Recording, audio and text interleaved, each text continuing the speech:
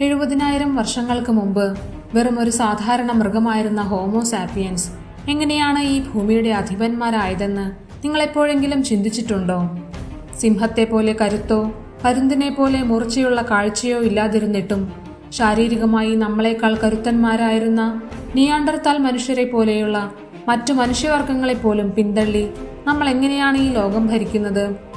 Yuval Noah ഹരാരിയുടെ Sapiens a brief history of humankind എന്ന വിശ്വപ്രസിദ്ധമായ പുസ്തകം നമുക്ക് മുന്നിൽ തുറന്നു വയ്ക്കുന്നത് കേവലം ചരിത്രമല്ല, മറിച്ച് നമ്മുടെ അസ്തിത്വത്തിന്റെ തന്നെ രഹസ്യങ്ങളാണ്.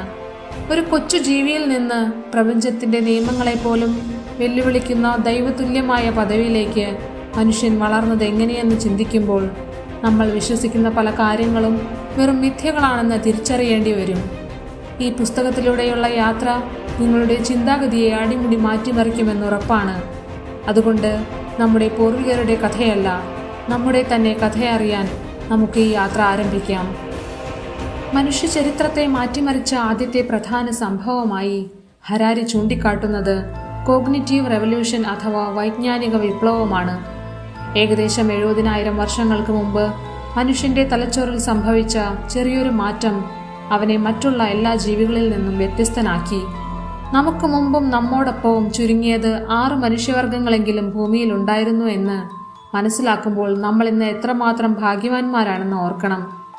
ഹോമോ സാപ്പിയൻസിന് മാത്രം ലഭിച്ച ആ പ്രത്യേക കഴിവ് ഭാഷയായിരുന്നു. എന്നാൽ മൃഗങ്ങൾക്കും പക്ഷികൾക്കും ഭാഷയുണ്ടല്ലോ എന്ന് നിങ്ങൾക്ക് തോന്നാം. പക്ഷേ സാപ്പിയൻസിന്റെ ഭാഷ വ്യത്യസ്തമായിരുന്നു. നിലവിലില്ലാത്ത കാര്യങ്ങളെക്കുറിച്ച് സംസാരിക്കാനും ഭാവനയിൽ വിശ്വസിക്കാനും നമുക്ക് സാധിച്ചു. സിംഹം വരുന്നു എന്ന് പറയുന്നതിനേക്കാൾ വലിയൊരു കാര്യമായിരുന്നു പുഴയുടെ അക്കരെയുള്ള ആകാശത്തിൽ ഒരു വലിയ ആത്മാവ് വസിക്കുന്നുണ്ടെന്ന് വിശ്വസിപ്പിക്കാൻ കഴിഞ്ഞത്. ഈ സങ്കല്പങ്ങളാണ് പിന്നീട് മതങ്ങളും ഗോത്രങ്ങളും സാമ്രാജ്യങ്ങളുമായി മാറിയത്. ആയിരക്കണക്കിന് ആളുകൾ ഒരേ കഥയിൽ വിശ്വസിക്കാൻ തുടങ്ങിയതോടെ അവർക്കിടയിൽ വലിയ തോതിലുള്ള സഹകരണം സാധ്യമായി. വൈജ്ഞാനിക വിപ്ലവത്തിന് ശേഷം വന്ന കാർഷിക വിപ്ലവത്തെ ഹരാരി വിശേഷിപ്പിക്കുന്നത് മനുഷ്യ ചരിത്രത്തിലെ ഏറ്റവും വലിയ ചതിയെന്നാണ്. നാം വിചാരിക്കുന്നത് നമ്മൾ സസ്യങ്ങളെ മെരുക്കി കൃഷി പഠിച്ചു എന്നാണ്. എന്നാൽ ഹരാരി പറയുന്നത് ഗോതമ്പ് എന്ന ചെടി നമ്മളെ മെരുക്കിയെന്നാണ്. കാട്ടുപൂച്ചകളെപ്പോലെയും പക്ഷികളെപ്പോലെയും സ്വതന്ത്രമായി വേട്ടയാടി നടന്നിരുന്ന മനുഷ്യൻ ഒരു നിശ്ചിത ഭൂമിയിൽ ഗോതമ്പ് സംരക്ഷിക്കാനായി തളയ്ക്കപ്പെട്ടു. ഇത് മനുഷ്യന്റെ ആരോഗ്യത്തെ നശിപ്പിക്കുകയും ജോലി കൂടുതൽ ഉണ്ടാക്കുകയും ചെയ്തു.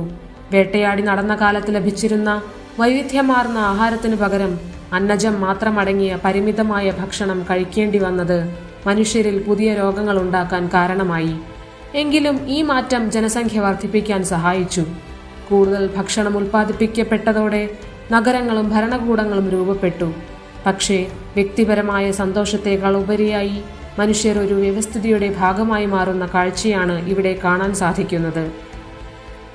സമൂഹങ്ങൾ വലുതാകുമ്പോൾ അവരെ ഒന്നിപ്പിച്ചു നിർത്താൻ വലിയ സങ്കല്പങ്ങൾ ആവശ്യമായി വന്നു. ഇവിടെയാണ് ഇമാജിൻഡ് ഓർഡർ അഥവാ സങ്കല്പിത ക്രമങ്ങൾ കടന്നുവരുന്നത്. പണം, മതം, രാഷ്ട്രം തുടങ്ങിയവയെല്ലാം ഇതിൽ ഉൾപ്പെടുന്നു. പണം എന്ന കടലാസ് കഷ്ണം വെറുമൊരു വസ്തുവല്ല, മറിച്ച് അത് പരസ്പരമുള്ള വിശ്വാസമാണ്. ഒരു വ്യക്തിക്ക് മറ്റൊരാളെ അറിയില്ലെങ്കിലും അവർക്കിടയിൽ പണം ഒരു വലിയ പാലമായി പ്രവർത്തിക്കുന്നു. ലോകത്തിലെ ഏറ്റവും വലിയ മതത്തെക്കാളും ശക്തമായ ഒരേയൊരു സംഗതി പണമാണെന്ന് ഹരാരി തമാശയായി പറയുന്നുണ്ട്. കാരണം ഏത് മതത്തിൽ വിശ്വസിക്കുന്നവനും മറ്റൊരു മതത്തിൽ വിശ്വസിക്കുന്നവൻ തരുന്ന പണം സ്വീകരിക്കാൻ മടിക്കാറില്ല. അതുപോലെ തന്നെ മനുഷ്യരുണ്ടാക്കിയെടുത്ത നിയമങ്ങളും അവകാശങ്ങളും പ്രകൃതിദത്തമായ സത്യങ്ങളല്ല, മറിച്ച് നമ്മുടെ സമാധാനപരമായ ജീവിതത്തിനു വേണ്ടി നമ്മൾ തന്നെ ഉണ്ടാക്കിയെടുത്ത സങ്കല്പങ്ങൾ മാത്രമാണ്. മനുഷ്യന്റെ ജിജ്ഞാസയും അറിവില്ലായ്മ സമ്മതിക്കാനുള്ള മനസ്ഥിതിയുമാണ് ശാസ്ത്ര വിപ്ലവത്തിന് തുടക്കമിട്ടത്. പഴയകാലത്ത് എല്ലാ അറിവുകളും പുരാതന ഗ്രന്ഥങ്ങളിലുണ്ടെന്ന് മനുഷ്യർ വിശ്വസിച്ചിരുന്നു. എന്നാൽ തനിക്ക് അറിയില്ല എന്ന് തിരിച്ചറിഞ്ഞ നിമിഷം മുതൽ മനുഷ്യൻ പുതിയ ലോകങ്ങൾ തേടിയിറങ്ങി. ഇത് യൂറോപ്യൻ സാമ്രാജ്യത്വത്തിന്റെ വളർച്ചയ്ക്കും കാരണമായി. സമുദ്രങ്ങൾ കടന്നുള്ള യാത്രകളും പുതിയ ഭൂഖണ്ഡങ്ങളുടെ കണ്ടുപിടുത്തവും ശാസ്ത്രവും സാമ്രാജ്യത്വവും കൈകോർത്തു പിടിച്ചതിന്റെ ഫലമായിരുന്നു. അറിവ് എന്നാൽ ശക്തിയാണെന്ന് തിരിച്ചറിഞ്ഞതോടെ ശാസ്ത്രീയ കണ്ടുപിടുത്തങ്ങൾ യുദ്ധങ്ങളിലേക്കും സാമ്പത്തിക വളർച്ചയിലേക്കും നയിച്ചു. ഈ കാലഘട്ടത്തിലാണ് മുതലാളിത്തം അഥവാ ക്യാപിറ്റലിസം അതിന്റെ വേരുകൾ ആഴ്ത്തിയത്. ഭാവിയിൽ ലാഭം കിട്ടുമെന്ന പ്രതീക്ഷയിൽ നിക്ഷേപം നടത്തുന്ന ഈ രീതിയാണ് ഇന്നത്തെ ലോകത്തെ ഇത്രയധികം വേഗത്തിൽ മാറ്റിയത്. നമ്മൾ ഇത്രയേറെ പുരോഗമിച്ചിട്ടും നമ്മൾ ശരിക്കും സന്തുഷ്ടരാണോ എന്ന വലിയൊരു ചോദ്യം ഹരാരി ഉയർത്തുന്നുണ്ട്. കൽപ്പായുധങ്ങൾ ഉപയോഗിച്ചിരുന്ന കാലത്തെ മനുഷ്യനേക്കാൾ 1000 മടങ്ങ് സൗകര്യങ്ങൾ ഇന്ന് നമുക്കുണ്ട്. പക്ഷേ നമ്മുടെ മാനസികാവസ്ഥയിൽ വലിയ വ്യത്യാസമൊന്നും സംഭവിച്ചിട്ടില്ല. ജൈവശാസ്ത്രപരമായി നമ്മുടെ ശരീരം ഇന്നും കാട്ടിൽ വേട്ടയാടി നടന്നിരുന്ന കാലത്തോട് സാമ്യമുള്ളതാണ്. രാസപ്രവർത്തനങ്ങളിലൂടെയും ഹോർമോണുകളിലൂടെയുമാണ് നമ്മുടെ സന്തോഷം തീരുമാനിക്കപ്പെടുന്നത്. സാങ്കേതിക വിദ്യ കൊണ്ട് വലിയ വലിയ കാര്യങ്ങൾ ചെയ്തിട്ടും മനുഷ്യൻ ഇന്നും അസ്വസ്ഥനാണ്. നമുക്ക് വേണ്ടത് എന്താണെന്ന് നമുക്ക് പോലും നിശ്ചയമില്ല. പ്രകൃതിയെ മൊത്തം നിയന്ത്രിക്കാൻ ശ്രമിക്കുന്ന സാപ്പിയൻസ് എന്ന ഈ വർഗം സ്വന്തം സന്തോഷത്തിന്റെ കാര്യത്തിൽ ഇപ്പോഴും ഒരു വഴിത്തിരിവിലല്ലേ എന്ന് ചിന്തിക്കേണ്ടിയിരിക്കുന്നു. ഇന്ന് നമ്മൾ എത്തി നിൽക്കുന്നത് ഹോമോസാപ്പിയൻസ് എന്ന വംശത്തിന്റെ അവസാന ഘട്ടത്തിലാണോ എന്ന് പുസ്തകം ചോദിക്കുന്നുണ്ട്. ജനറ്റിക് എഞ്ചിനീയറിംഗും ആർട്ടിഫിഷ്യൽ ഇന്റലിജൻസും ഉപയോഗിച്ച് നമ്മൾ പ്രകൃതിയുടെ നിയമങ്ങളെ തന്നെ മാറ്റാൻ ഒരുങ്ങുകയാണ്. മരണം എന്ന പ്രശ്നത്തിന് ഒരു പരിഹാരം കണ്ടെത്താൻ ശാസ്ത്രം ശ്രമിച്ചുകൊണ്ടിരിക്കുന്നു. ഇത് വിജയിച്ചാൽ സാപ്പിയൻസ് എന്നത് മറ്റൊരു സൂപ്പർ ഹ്യൂമൻ വർഗമായി മാറിയേക്കാം. അമാനുഷികമായ കഴിവുകളുള്ള മരണമില്ലാത്ത ഒരു പുതിയ വർഗം സൃഷ്ടിക്കപ്പെടുമ്പോൾ സാധാരണ മനുഷ്യരുടെ അവസ്ഥ എന്താകുമെന്നത് ഗൗരവകരമായ ഒരു വിഷയമാണ്. പ്രകൃതിക്ക് മുകളിൽ ദൈവത്തെ പോലെ ആധിപത്യമുറപ്പിച്ച സാപ്പിയൻസ് ഇനിയും എന്താണ് ആഗ്രഹിക്കുന്നത്? തനിക്ക് എന്താണ് വേണ്ടതെന്നറിയാത്ത ഒരു ദൈവത്തേക്കാൾ അപകടകരമായി മറ്റൊന്നുമില്ല എന്ന മുന്നറിയിപ്പോടെയാണ് ഹരാരി ഈ പുസ്തകം അവസാനിപ്പിക്കുന്നത്. സാപ്പിയൻസ് എന്ന ഈ ചരിത്ര യാത്രയിൽ നിന്ന് നമ്മൾ പഠിക്കേണ്ടത് നമ്മുടെ ശക്തിയുടെയും പരിമിതിയുടെയും കഥയാണ്.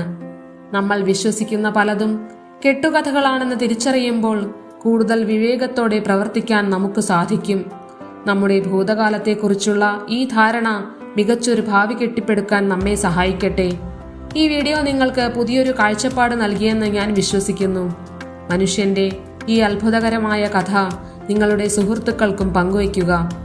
വീഡിയോ ഇഷ്ടപ്പെട്ടെങ്കിൽ ലൈക്ക് ചെയ്യാനും ഇത്തരം വീഡിയോകൾക്കായി ചാനൽ സബ്സ്ക്രൈബ് ചെയ്യാനും മറക്കരുത്.